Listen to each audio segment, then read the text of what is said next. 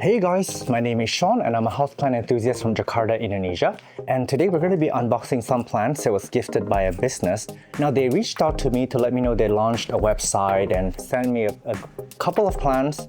I said I'd pick out the plants and they said, no, we'll choose it for you. So here's the box and I don't really know what's in there. So it'll be exciting to see what I'm getting today. But also, this is a business, just so you know, that I see often in plant shows, and I have respect for people who attend these shows, who participate in them. They really make an effort to make their products known throughout the world and do business. I really have a lot of respect for that because I know it's not easy to do business in the plant industry, especially when it comes to international cross-border shipping and things like that. So I have respect for this business, and he's an acquaintance and it's always a pleasure to see him around. So I decided to support his business just by unboxing a couple of plants. But in the future, if the plants, hopefully they look good, or if we have a better relationship, better understanding of growth and things like that, I could potentially partner up with them and do some collaborations. But as for now, we're just gonna enjoy some plants, and I'm just gonna be shocked to find out what exactly are in these boxes. Just so you know, they do ship internationally, but I am here in Indonesia. They are, I don't know, they're like 3-hour drive away from me. So these boxes took a day to get here. Being impatient as I am, I mean, I kind of like how shiny this box is. And you know what I can do with them? I can actually, if I open this nicely, I could use this as a background to my walls, because when you have a wall made of this shimmery, shiny material and you have a grow light, the light will reflect off this and onto the plants. So I do recommend this kind of reflective surface to kind of upcycle them if possible, because I do believe that everything that we do, we leave kind of a carbon footprint, and where possible, we should be smart about how to reuse our packaging and upcycling and things like that. I do have an episode where I show you how I upcycle just a bubble tea or coffee plastic cups. Feel free to check that out on my catalog. Type in only plants, I don't know, upcycle, or I don't know what the title of the video was. It's been ages ago. But I show some wonderful ways that you can actually use plastic cups. You'll be surprised what you can do with them. I'm also preparing for another trip to Bangkok, because I live there part-time. I have an apartment there and a lot of filming projects and a lot of friends, actually. I have a social life now in Bangkok. And then I'm going to Europe for about a little bit over 2 weeks for my sister's wedding. Voila. And it's going to be a fun trip. I'm going to be away for a whole month, starting tomorrow. So I've got like a ton of things to do today to get out of the way. So this thing really came right on time. And I usually keep these too, because sometimes I may mail out plants and things like that. I can reuse this. So if I were you and you received some of these in international packaging, don't throw them away. They're quite good at packing things, because you might want to send your propagations and all that to other people, right? The first one here, I read the tag here. It says the Piper sylvaticum variegated, which is one I actually don't have. Fantastic. Let's see what it looks like. I love Pipers. They're unstoppable. Whoa. Let's see. Beautiful, oh my gosh. Let me show you that up close. All right, here we go. This is the first plant. It's got like nice growth point happening, and Pipers are also fun to propagate and things like that. They actually make good plants if you like set and forget at the wall there. If it's bright enough, they will retain its variegation. But this is one that I would rehab a little bit. And for all these plants, I'm not gonna do it on screen for you guys because I'm in a bit of a rush. But I'm basically going to repot them into my own potting mix here. I don't sell them, by the way. I'm not promoting or anything. I'm just letting you know that a lot of these plants, they need to be rehabbed, and use moss, use whatever you're comfortable with rehabbing your plants in. I mean, these guys were packed in moss, and if you guys buy them overseas, you would expect this kind of shipment, this quality of shipment. So there's the Piper. Beautiful. I like that it's got like nice splashes here, and then it's got like some sectorals happening as well, and there's some pinks here as well.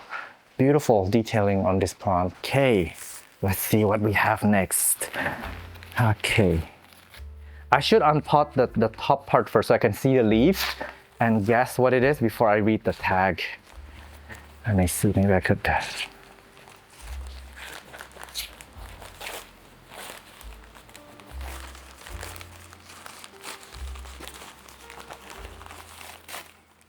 Okay, for this one, I actually love doing this. I don't get mystery plant boxes often, but I wouldn't mind doing this more often. This one I would say, I don't know, it looks like a strawberry shake, but I could be very wrong. I could be very wrong. Let me see, what is this? Do you guys know what this is? Comment down below before I reveal the name. It looks like a strawberry shake, but it looks nothing like mine. I just propagated a ton yesterday. It's a Dark Lord variegated. Whoa. Okay, so the Dark Lord is actually very exciting because it's actually a mall plant. So the Dark Lord is one that grows really well. And this one is the variegated. Let me show you that up close. This is what the newest leaf looks like. It looks a little bit dull, but then it becomes like this bright color down below. This one is like a green on green. So something's fascinating happening with this plant where it's like, you see the gradation of variegation. And if you ask me, when I get an import like this, for example, at this house, the minute I get this, I would take the top cutting off. That's exactly what I would do. I would take even one cut, two cut. This is because, I'm not jinxing anything, but when you receive an import, if the roots are messed up, if something's happened in the root, you lose the entire plant. But if you receive it and the top, the leaves look healthy up top and you make the cut and you make the cut, you still have a potential for a new vine here, but you're also potentially having the top part as insurance, or you may have just more plants in the end. But this will take a lot more months of rehabilitation.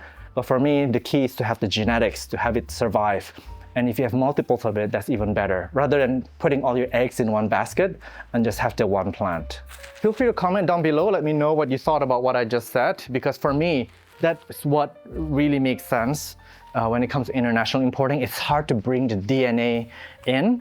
And the idea is that you want to keep the bloodline, you want to keep the plant here, and the risk is just high. When you receive shipments from international, do not expect it to be in top condition. Never gonna happen. If you want a plant that's completely healthy, go support your local plant store shop. Buy it from a local plant nursery, or even one that's within your country. Like, I don't know if people still use Etsy or Palm Street and things like that.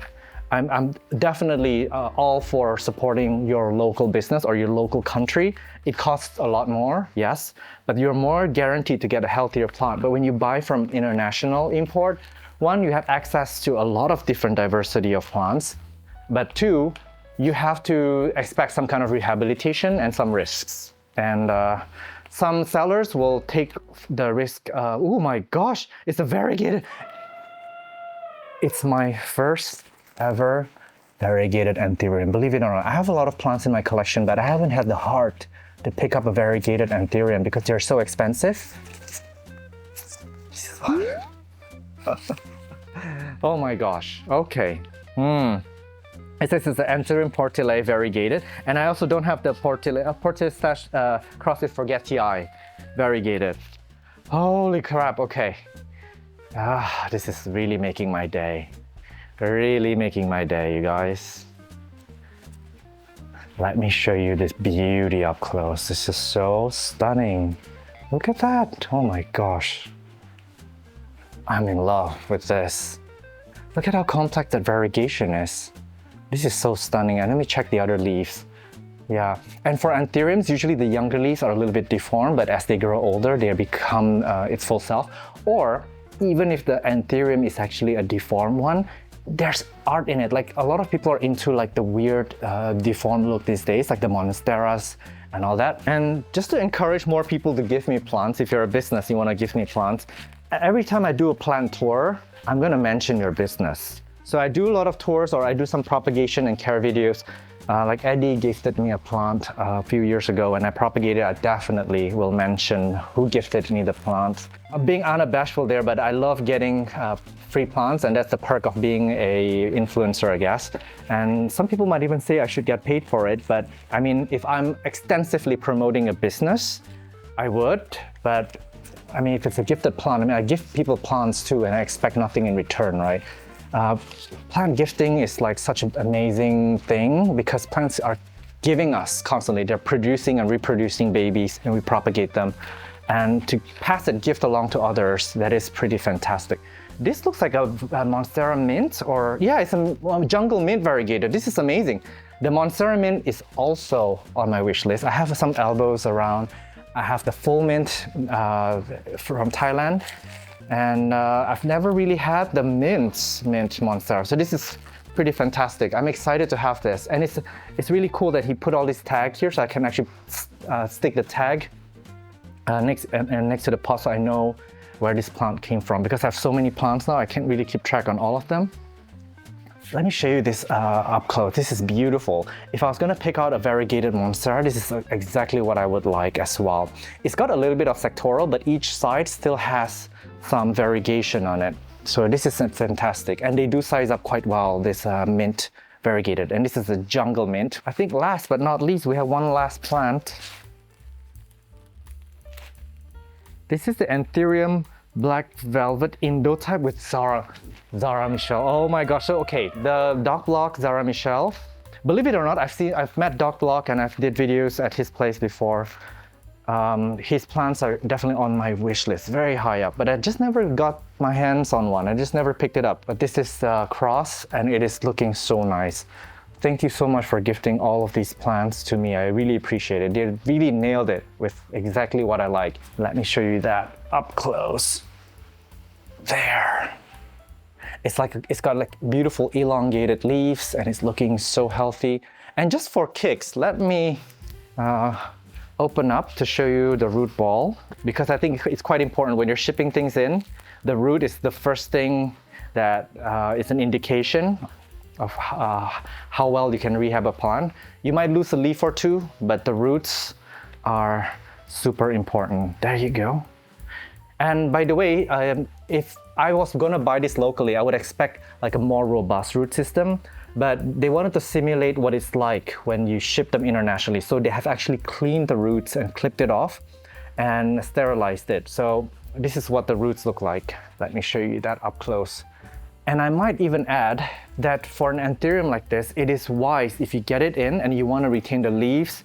I would invest in getting like a nice big plastic bag, or like nowadays people are selling these big plastic bins, or if you have an IKEA cabinet, because high humidity is the key to having this push out more roots and also to retain the leaves. The leaves are not transpiring too much. So there are ways to rehab international plants. Maybe someday I'll do a video about it, because I think it's a fascinating topic.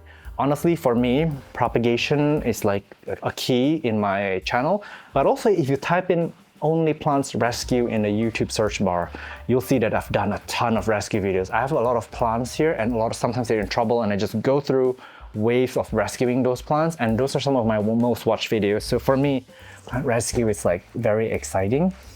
Just the fact that we can do simple things, we can do a bit of a science hack to make them happier, and then they reward us by putting out beautiful new growth. I'm actually really distracted by the one leaf over there, because by the way, this is not from the same place, but this is one of the newest leaf that I saw 2 weeks ago when I came home, and this one was sizing up. But look at how beautiful this new leaf is. Sorry, I'm just showing it off in a video that's not related. So when you see frilly edges like this is from Muklis. Muklis is a local breeder in Indonesia, and this is a Muklis cross with Carla, and it's got that beautiful ruffle edge. So I'm actually very excited about this Anthurium. It seems to be one that is a dwarf, or maybe it just hasn't sized up. Maybe it needs a bigger pot to size up, but I really am enjoying this beautiful frill. And let me do one more actually. I'm going to show you one root of the Piper, because the Piper actually has a very delicate root system. It's actually one of the harder ones to rehab, and one that I definitely recommend to be tented. Carefully, gently, gently. There you go. It's got some roots. That's good. There you go. This is actually a really good amount to start rehabbing. The problem is if you have if it's grown as a full plant, it's got more roots, it may not make it through customs, because you really want to sterilize a lot of the roots. You want to shake off a lot of the media that it's grown in. So this is actually a healthy amount of roots to get going for a rehabilitation. I might even consider putting this in water propagation, because I know Pipers do well in water propagation. And sometimes you need to read the root to leaf ratio. For me, actually, this amount of root is not exactly enough to sustain that many leaves. So one, I could put this all in water and water propagate it, or 2, I would put this in my potting mix and I would put an inverted cup over this to seal in the humidity so that the leaves, so that we don't lose any of the leaves and it will root faster. All right, I guess I'm going to end this video here. I've got a ton of errands to do. Thank you so much again for gifting me these plants. Here's the website so you can check it out. And if you want to contribute financially to the channel for a cup of coffee a month, you may do so on my Patreon at patreon.com/SeanFromOnlyPlants. Or you may join as a YouTube member. Make sure that you're subscribed first, because next to my channel name, you'll see that subscribe button, which turns into a join button if you're subscribed, and you can click on the join button to be a member. And for those of you who have contributed so far, thank you so much for furthering my mission to make this world a greener space. But for the rest of you, just by watching this all the way to the very end, sending likes, commenting down below, and all that good stuff, it really helps me out a lot. I appreciate you for sticking around, and I guess I will see you guys in the next one. Bye-bye.